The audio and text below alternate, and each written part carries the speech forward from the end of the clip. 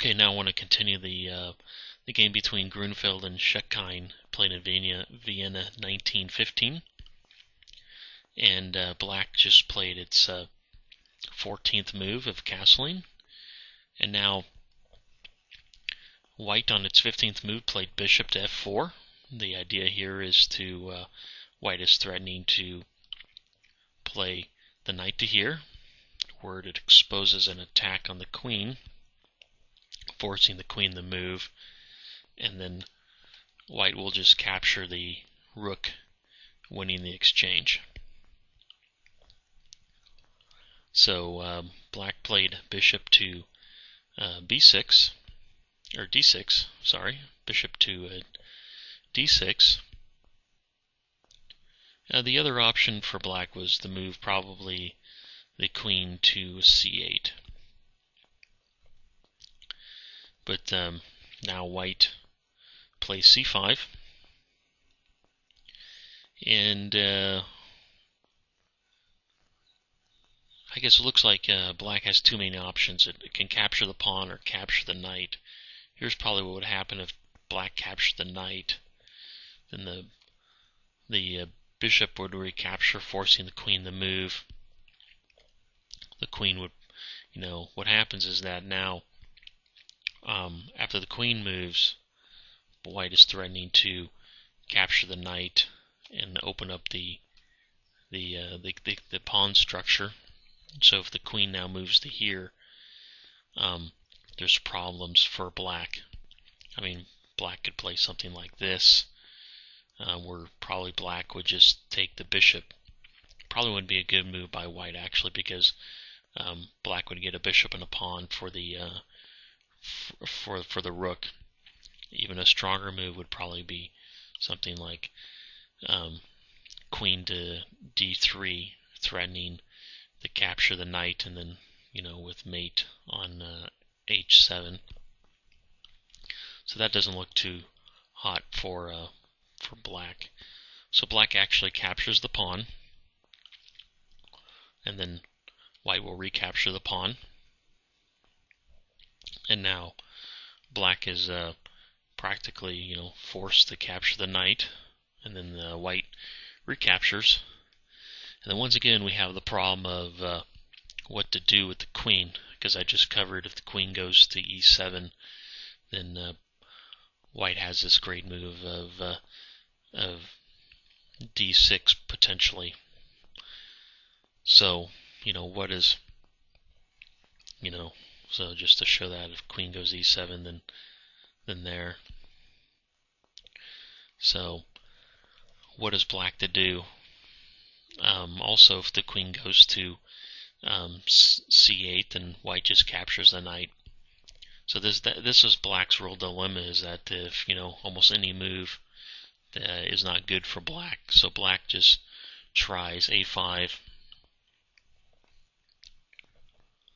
Now attacking the pawn, but now white gets this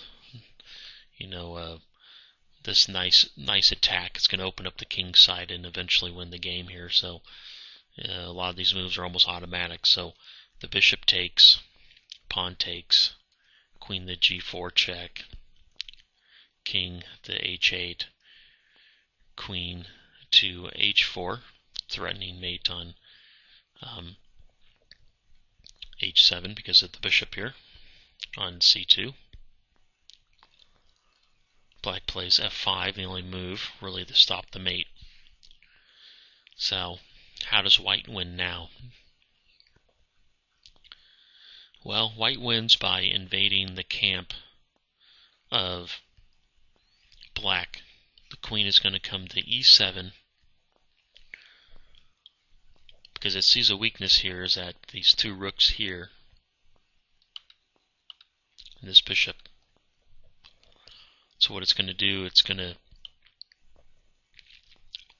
hit the bishop.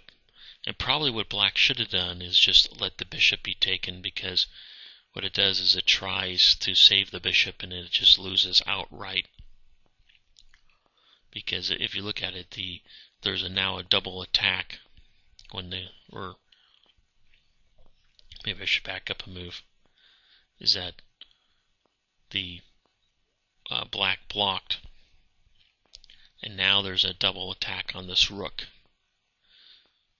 And the only thing stopping it is, the two pieces that are protecting are this, are these two pieces.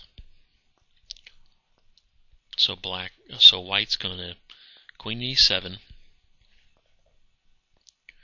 Like I said, black should have just given up this piece, but that loses the game. Black could have tried rook takes, check, rook takes, king to g7, because both the rook and the bishop are in take, so it's going to protect the rook, and then queen takes, and then probably black could have taken this pawn, and then white has the bishop and black has a pawn. But black decides to save the bishop by playing it to c8. But now white plays this beautiful move. Too bad I showed it. b4. Because now, like I said, the two pieces that were defending the double attack on the rook on d8 were the queen. So now what do? The queen can't move, can't move to here, can't move to here. And if it moves off this line, then white's can easily win.